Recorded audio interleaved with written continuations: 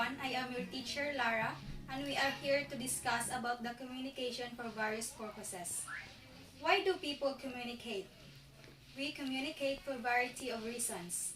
We use communication to share information, comments, ask questions, express wants and needs, develop social relationship, social etiquette, and communication is much more than wants and needs.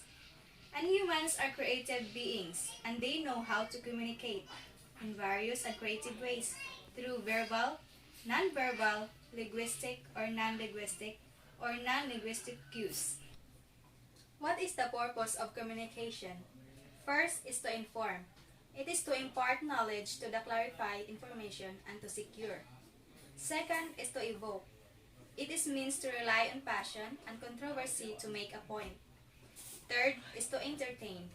It is to transmit a feeling of pleasures and goodwill to the audiences. Fourth, it is to argue. It is to persuade the assent of plausibility of the communicator's side of the debatable questions.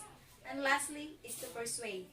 It is to move the listeners to action. In communication, there are three kinds of speech according to purpose. First is the informative speech. Second is persuasive speech. Third is argumentative speech. Informative speech, it is the one that intends to educate the audience on a particular topic. The topics covered in informative speech should help the audience to understand a subject better to understand what they learn later. Second is persuasive speech. It is a specific type of speech in which the speaker has a goal of convincing the audience to accept his or her point of view. And the last speech is the argumentative speech.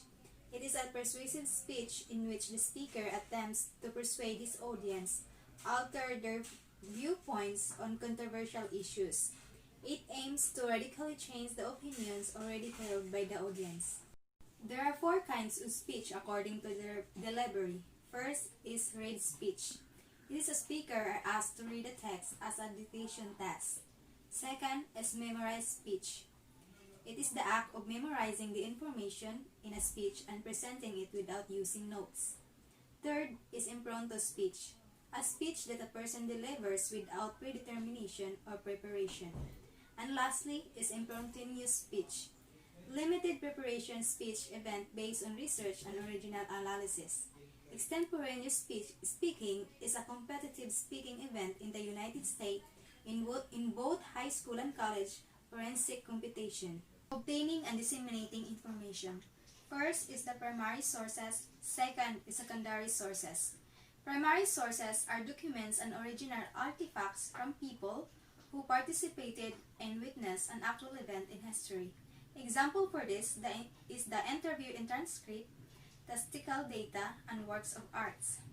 Second is the secondary sources. Secondary sources, on the other hand, are documents, images, texts, and objects that are created by someone who referenced primary sources through analysis, synthesis, interpretation, and evaluation.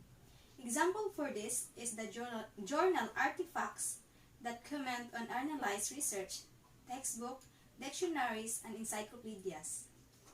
Obtaining information from various sources does not stop with the gathering of information.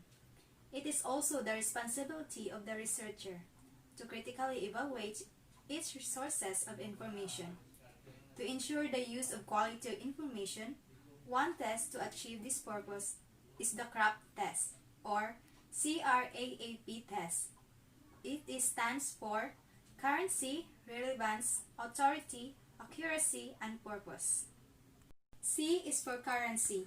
It is the timeless of the information.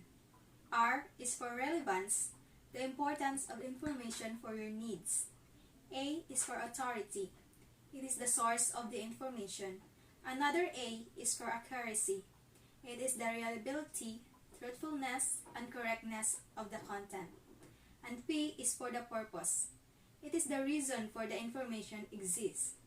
So now, before you use an information, make sure to use the CRAP test to evaluate your sources.